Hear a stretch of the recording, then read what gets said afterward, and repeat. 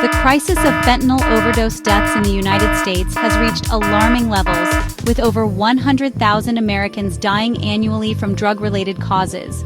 The U.S. government has repeatedly pointed to fentanyl trafficking through the Canada-U.S. border as a contributing factor. But is Canada really at fault? Or is there a deeper issue at play? For the past several years, U.S. officials have expressed frustration over what they call lenient border security measures on Canada's side, allowing illegal fentanyl shipments to cross into the U.S. The argument is that Canadian law enforcement has not been strict enough in preventing drug trafficking, which fuels the ongoing opioid crisis in America.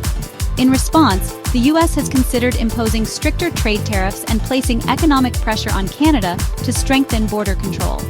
However, the question remains, is Canada truly responsible, or is there a larger system failing both nations? Fentanyl production is largely traced back to China, with precursor chemicals shipped to both Mexico and Canada before entering the U.S. According to Homeland Security reports, Mexican drug cartels are the primary suppliers of fentanyl to the U.S., smuggling the majority of the substance through the southern border. However, intelligence suggests that Canada has also become an alternative trafficking route, with a growing number of seizures at northern border crossings.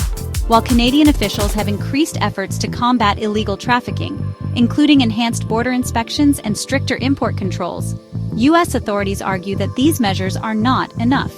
Canadian officials argue that blaming their country alone is unfair, as the U.S. has its own internal issues with drug demand and distribution networks.